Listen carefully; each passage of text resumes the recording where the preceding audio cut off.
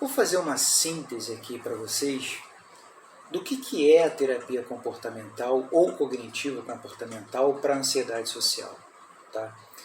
Porque muito embora as pessoas tenham uma vaga ideia dos procedimentos de intervenção, de avaliação, de como é que é o funcionamento desse modelo terapêutico para a ansiedade social, às vezes as informações ficam muito soltas e muito confusas por aí. Tudo bem? De forma que eu vou começar falando um pouco com vocês aqui sobre a terapia comportamental clássica para a ansiedade social, tá? E depois eu vou inserir alguns elementos da ACT, né, da terapia de aceitação e compromisso, que é uma terapia comportamental contemporânea, que faz parte aí do que a gente costuma chamar de terapias contextuais, né, ou terapias de terceira geração, e que vem sendo aí bastante estudada, bastante pesquisada aí, com evidências clínicas de resultado. Tudo bem? Eu vou fazer aqui então essa síntese e vou acrescentar então esses elementos da ACT. Tá legal? Bem, a gente sabe, né, que tradicionalmente existem 4 componentes em uma terapia comportamental ou cognitivo-comportamental para a ansiedade social. Quais? O primeiro deles são as técnicas de relaxamento, né? As técnicas de relaxamento são técnicas que têm o objetivo de trabalhar os sintomas fisiológicos da ansiedade. Por exemplo, controlar a taxa cardíaca, controlar o ritmo respiratório, controlar a tensão muscular e assim por diante. Tá? Então existe aí um conjunto de técnicas de relaxamento que, via de regra, os terapeutas utilizam quando estão atendendo um caso de ansiedade social. Tudo bem? Alguns exemplos de técnicas de relaxamento podem incluir, então, relaxamento muscular progressivo, Jacobson, que é uma técnica clássica aí, né, extremamente utilizada em qualquer transtorno de ansiedade. Tá?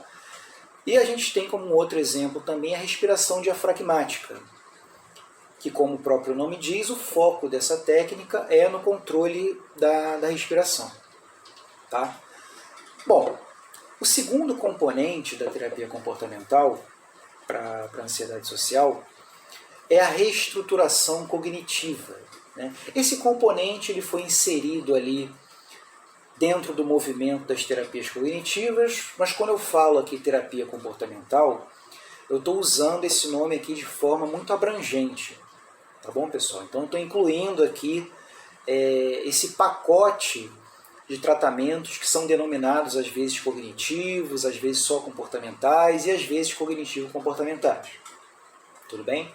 Mas, quando a gente fala de ansiedade social, a reestruturação cognitiva é uma técnica que já se mostrou extremamente eficaz para esse transtorno e também, via de regra, é utilizada na clínica com esses clientes. Tudo bem? Bom, qual que é o objetivo da reestruturação cognitiva?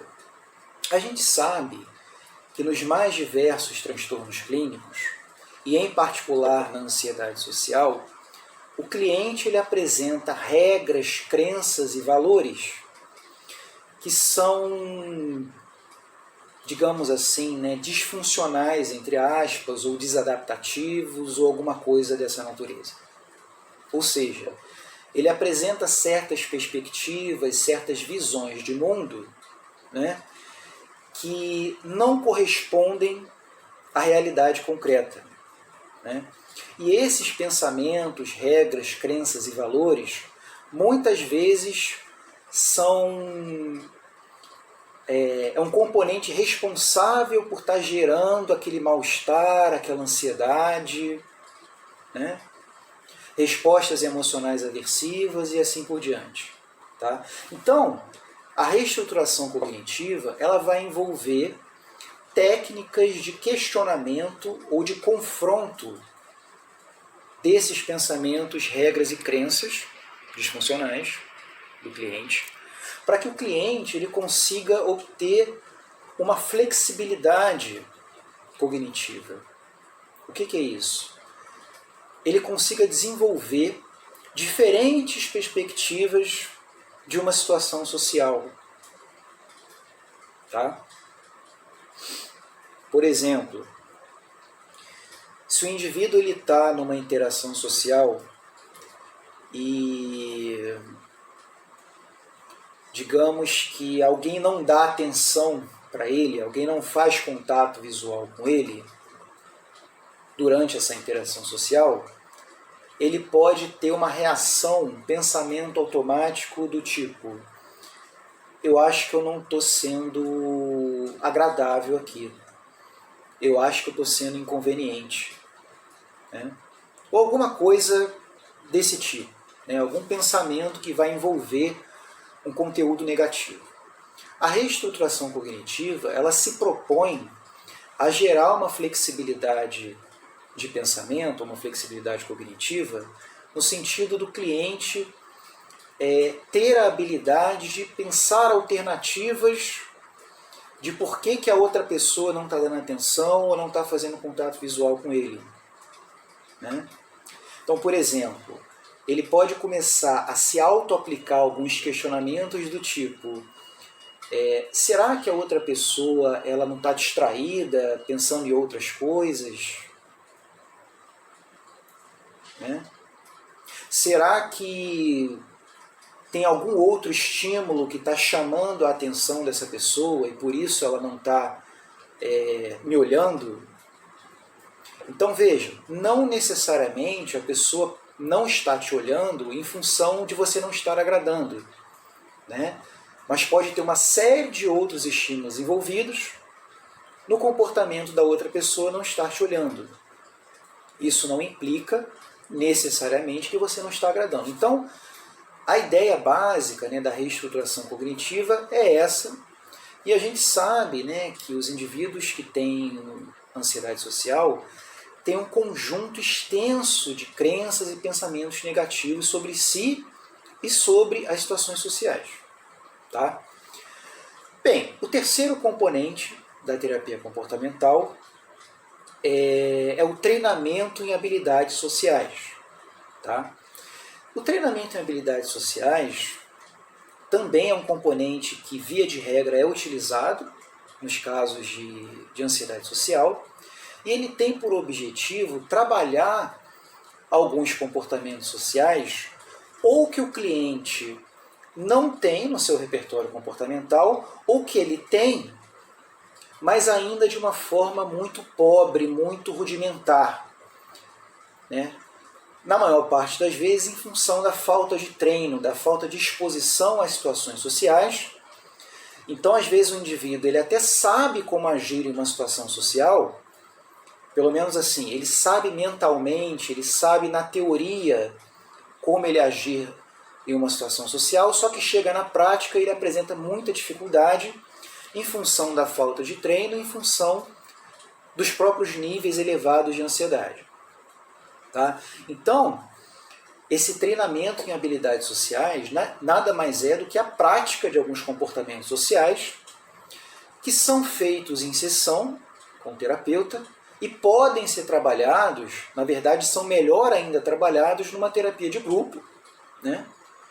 Em que você tem mais pessoas ali no contexto para você praticar esses comportamentos sociais, né?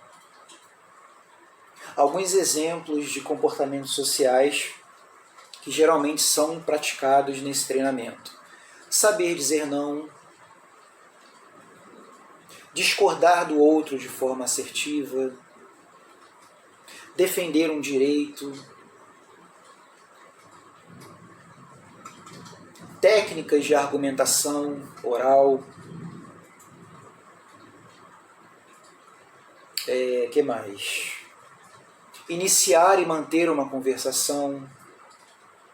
Então reparem que todos esses são componentes de uma interação social que fazem parte do treinamento em habilidades sociais. Tudo bem? Dentro desse pacote, porque assim, quando a gente fala treinamento em habilidades sociais, a gente está falando de um amplo conjunto de procedimentos que vão envolver uma série de estratégias. Por exemplo, modelação, ensaio comportamental, modelagem, feedback, reforçamento positivo e assim por diante. Um conjunto de estratégias comportamentais que estão incluídas dentro de um pacote de THS. Tá?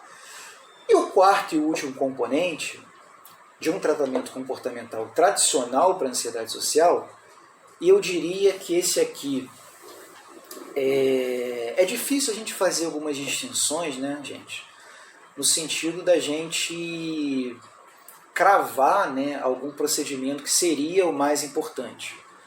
Mas de acordo com a literatura, né, e com a própria prática clínica, a gente tende a pensar que esse procedimento aqui é o mais importante, que é o procedimento da exposição gradual, né, que tem o objetivo de expor o cliente às situações sociais que geram ansiedade, né, para fazer com que ele se habitue aos níveis de ansiedade e essa ansiedade ela vá gradativamente decrescendo e o cliente ele comece a desenvolver habilidades de autocontrole, de autoeficácia e assim por diante. Fora que assim, né, gente, a estratégia da exposição ela vai incluir todos os outros componentes que vão ser praticados nas situações de exposição. Por quê? Porque quando você está trabalhando exposição gradual com o cliente, na situação de exposição, ele vai estar treinando habilidades sociais, ele vai poder estar utilizando as técnicas de relaxamento e ele vai também estar praticando as habilidades sociais, técnicas de relaxamento e a reestruturação cognitiva. Né? Então reparem que a cereja do bolo da terapia comportamental da ansiedade social é a exposição. Né? É onde o conhecimento, né, as aprendizagens que o cliente ele vai desenvolvendo ao longo da terapia, elas vão se consolidar na estratégia de exposição. Tá? Bom, e para fechar, eu trabalho com a terapia de aceitação e compromisso. Né? Lógico que eu utilizo, né, gente, todos esses procedimentos clássicos quando eu estou lidando com um caso de ansiedade social e não tem como você não utilizar essas estratégias, mas eu trabalho com a terapia de aceitação e compromisso, a ACT, que ela vai dar, digamos assim, um upgrade, se é que a gente pode chamar assim, na terapia comportamental clássica. Por quê? Porque ela vai inserir alguns outros elementos na terapia, em que eu vou comentar com vocês aqui brevemente 2 desses elementos. Um deles, né, e como o próprio nome da terapia diz, é o elemento da aceitação. Né? A aceitação não diz respeito a um comportamento passivo, a um comportamento de resignação, a uma postura de então a coisa está ruim, as coisas não vão bem, então é assim mesmo e você não faz nada para mudar. Não é essa a perspectiva de aceitação que a ACT vem trazer. Aceitação é um comportamento ativo de você se dispor a sentir e a pensar qualquer evento que seja, tanto negativo quanto positivo.